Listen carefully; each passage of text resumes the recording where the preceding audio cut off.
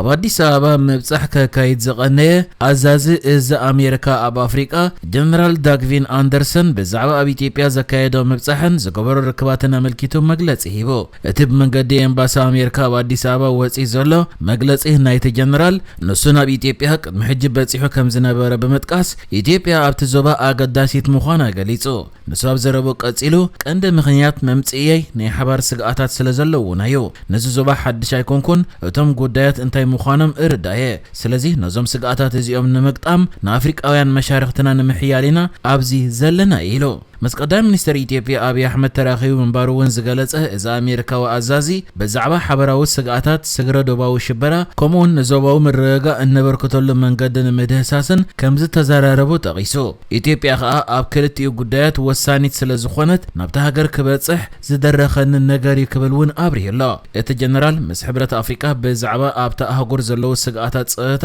ከም ዝተዘራረበ እውን ሓቢሩ እዩ። እንተኾነ ኣብቲ በቲ ኤምባሲ ዝወፀ ቪድዮ ብዛዕባ እቲ ብወገን ኢትዮጵያ ዝወፀ እቲ ጀነራል ንናይ ኢትዮጵያ ናይ ኣፍ ደገ ባሕሪ ድሌታት የደግፍ ዝብል መግለጺ ዘይተጠቐሰ ኮይኑ ብተወሳኺ እቲ ጀነራል ምስ ኤርትራ ዘሳሕብ ዘሎ ጉዳይ ተበጻሕነት ቀይሕ ባሕሪ ኣመልኪቱ እውን ኣይተዛረበን። ይኹን እምበር ብወገን ኢትዮጵያ እቲ ጀነራል ምስ ብርሃኑ ጁላን አብይ አሕመድን ኣብ ዝተራኸበሉ ጉዳይ ባሕሪ ተላዒሉ ከም ዝነበረ ተገሊጹ ነይሩ። እቲ ጀነራል ግን ኣብዚ ናይ ሕጂ መግለጺኡ ነዚ ጉዳይ ጠቕሊሉ ኣይጠቐሶን። ሰራዊት ኢትዮጵያ ብዛዕባ ምብጻሕ ናይቲ ኣሜሪካዊ ኣዛዚ ኣውፂኡ ኣብ ዝነበረ ጸብጻብ ብዛዕባ ቀይሕ ባሕርን ጠለባት ኢትዮጵያን ከም ዝተዘራረበ ሓቢሩ ምንባር ይዝከር። ጀነራል ኣንደርሰን ምስ ጠቕላሊ ሓለቓ ስታፍ ሰራዊት ኢትዮጵያ ፊልድ ማርሻል ብርሃኑ ጁላ ኣብ ዘካየደ ልዝብ ነተራ ኢትዮጵያ ኣብ ቀይሕ ባሕርን ኣፍ ደገ ባሕሪ ክትረክብ ተቕርቦ ዘላ ጠለባትን ከም ዝተመያየጠውን ብወገን ኢትዮጵያ ወፂ ዝነበረ ዜና ይጠቅስ። ኣብቲ ወፂ ዝነበረ ዜና ድማ ኢትዮጵያ በሰላማዊ መንገዲ ኣፍ ደገ ባሕሪ ክትረክብ እትገብሮ ዘላ ኣገባብ ከም ዝድግፍ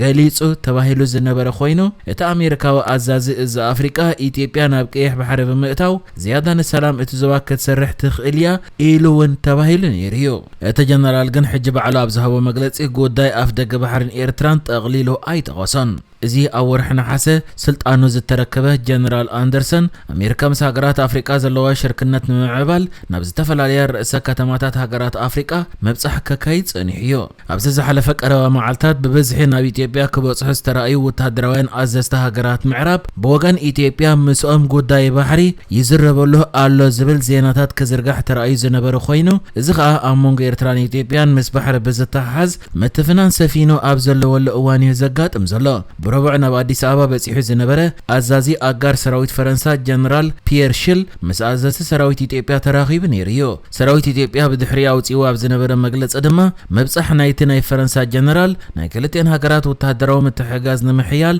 ዝዓለመ ምዃኑ ጠቒሱ ነይሩ እዩ። ብጀካ እዚ ፈረንሳዊ ወተሃደራዊ በዓል ስልጣን ናይ ዓዲ ጣልያን ሰብ ስልጣን ሓይሊ ባሕሪ እውን ናብ ኢትዮጵያ መብጻሕ ገይሮም ዝነበሩ ኮይኖም ልኡኽ ሓይሊ ባሕሪ ዓዲ ጣልያን ምስ ኣዛዚ ሓይሊ ባሕሪ ኢትዮጵያ ምክትል ኣድሚራል ኩንድ ገዙ ከም ዝተራኸበ እውን ተገሊጹ ነይሩ እዩ። ኣብቲ ርክብ ከዓ ሓይሊ ባሕሪ ዓዲ ጣልያን ኣብ ስልጣናት ትምህርትን ምልውዋጥ ልምምድን ምስ ሓይሊ ባሕሪ ኢትዮጵያ ብሓባር ንምስራሕ ዘኽእል ክልተኣዊ ልዝብ ከም ዝተኻየደ እውን ተገሊጹ እዩ። ኢትዮጵያ ከዓ እዞም ላዕለዎት ናይ ሃገራት ምዕራብ ወተሃደራውያን ሰበስልጣን ኣብቲ ሃገር ኣብ ዝጸንሕሉ ጉዳይ ባሕሪ ኣልዒሎም ከም ዝተዘራረቡ መግለጺታት ክትህብ ጸኒሓ እያ። ኤርትራ ከዓ ሕጂ ነዚ ምብጻሕ ናይ ሃገራት ምዕራብ ወተሃደራውያን ኣዘዝቲ ኢትዮጵያ ከም ደገፍ ንኣፍ ደገ ባሕሪ ጌራ እተቕርቦ ዘላ መግለጺታት ኣመልኪታ ግብረ መልሲ ሂባ ዘላ ኮይና ሚኒስትር ዜና የማነ ገብረ መስቀል ሂብዎ ኣብ ዘሎ ግብረ መልሲ ሰልፊ ብልጽግና ሰፊሕ ፕሮፓጋንዳ ኣብ ምዝርጋሕ ተዋፊሩ ከም ዘሎን ሆሮን ሪቪው ፎሬን ፖሊሲ ኢንስቲትዩት ከምኡ ድማ ብዝተኸፍሉ ናይ ትዊተር ወይ ኤክስ ነጠፍትን ደገፍትን ኣቢሉ ዝዝርግሖ ፕሮፓጋንዳ መለለይኡ ኮይኑሎ። ሕጂ ድማ ነቲ ኣሰልቻውን ዝበስበሰን ዛንታ ደጊሙ ነቲ ተራ በብእዋኑ ናብ ኣዲስ ኣበባ ዝግበር ናይ ወጻኢ ላዕለዎት ወተሃደራውያን ሰበስልጣን መብጻሕ ከም ናይ ዓዲ ጣልያን ሓይሊ ባሕሪ ናይ ኣሜሪካ እዚ ናይ ኣፍሪቃ ናይ ፈረንሳ ወተሃደራዊ ልኡኽ ከም ደገፍቲ ናይቲ ናብ ባሕሪ ንምብጻሕ ዝግበር ዘሎ ጻዕሪ ብልጽግና ጌርካ ይቐርብ እዩ ዘሎ ድሕሪ ምባል እዚ ኢትዮጵያ እትገብሮ ዘላ ሃቐነ ግን ፈጺሙ ብዛዕባ ኣፍ ደገ ባሕሪ ኣይኮነን። ኢትዮጵያ ብመንገዲ ጎረባብቲ ሃገራት ብስምምዕ ንንግዲ ዝውዕል ኣፍ ደገ ባሕሪ እትረኽበሉ ብዙሕ ዕድላት እዩ ዘለዋ። ይኹን እምበር እቲ ልኡላዊ ተበጻሕነት ናብ ባሕሪ ዝብል ንልኡላውነትን ግዝኣታዊ ሓድነትን ጎረባብቲ ከምኡውን ንኣህጉራዊ ሕግን መሰረታዊ መትከላት ቻርተር ውድብ ሕብራት ሃገራትን ቅዋማዊ حق حبرة أفريقيا بقلص زتحس مرزام أجندايو إزي ناي إثيوبيا لأولاو مبصحنا بحر الزبلكا نتنا إثيوبيا حيل بحر آب قيح بحري نمتكال زلو حلمي نمشفان آب تغمزو على بروباغاندايو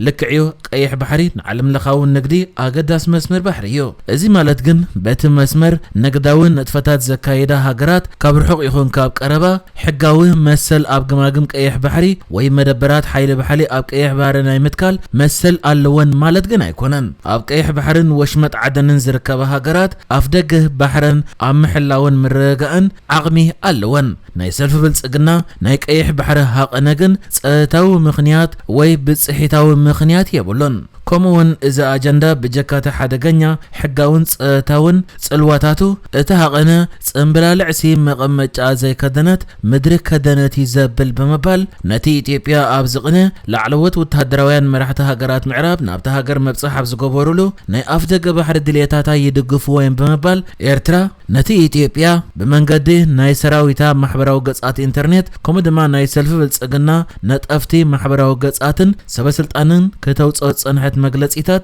قبر ملسي هيواتو لي هزلا كلم زيام مونغ إرتران إثيوبيان زلو كونتات بزتحاز أبزقوان أم مخارق قدام منستر إثيوبيا أبي أحمد أب قدايات مبرق أفريقيا خوين نسرح زلو ناي قدم أبال حوحاتن غزيو بريزيدنت كلل تግራይን ዝነበረ ጌታቸው ረዳ ምስ አልጀዚራ ገይረዎ ዘሎ ቃለ መሕተት በሙሉ ተዘርጊሑ ኣብ ዘለውሉ ግዜ ኣብቲ ቃለ መሕተት ጌታቸው ረዳ በዛዕባ ሞንጎ ኤርትራን ኢትዮጵያን ዘሎ ኩነታት ኣብ ዝተሓተተሉ ኣብ ዝቐረበ እዋን ኩናት ከጋጥም ዘሎ ተኽእሎ ጸቢብዩ ድሕር ምባል ናብቲ ምስ ኤርትራ ዘዳውብ ኣብ ክልል ዓፋር ዝርከብ ቦሬ ዝበሃል ከባቢ ኣብ ዝቐረበ እዋን መብጻሕ ከም ዝገበረን ኣብኡ ድማ ኢትዮጵያ ምስ ኤርትራ ዘራኽብ ዝጀመረቶ ጽርግያ ከም ዝተዓዘበን ብወገን ኤርትራውን ከምኡ ዓይነት ተመሳሳሊ ጽርግያ ክህሉ ይኽእል ድሕር ምባል ነዚ ዝሰርሑ ወላውን ብዝተፈላለየ ምኽንያት ኣብ ዝእዋን ዘይተሰማምዑ እንተሃለዉ ኣብን ኢሳያስን ግን ገለ ማእከላይ መፍትሒ ክረኽቡ ትጽቢት ኣለኒ ኢሉ ኣብቲ ሰፊሕ ዝነበረ ቃለ መሕተት ከም ድማ ካብ ተዓዘብትን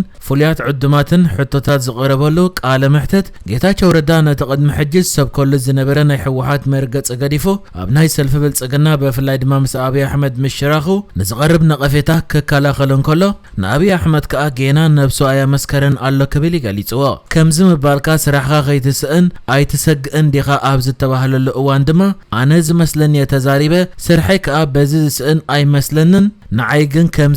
ዝበል ዝብለኒ የላም ብምባል ዝመስሎ ከም ዝተዛረበ ይገሊጹ ንመርሒነት ሕወሓትን ኣካይዶምን ሕጂውን ዝነቐፈ ጌታቸው ረዳ እቲ ሕጂ ዝኸደ ዘሎ ኣካይዳ ንጥቕሚ ህዝቢ ትግራይ ይውክብል እንከሎ ነቲ ንሕወሓት ገዲፉ ምስ ኣብይ ኣሕመድ ምሽራኹ ድማ ተኸላኺሉ نحجز تدالو الزيناتات ازينيرو بكالك ساب نرغب سلام نعخم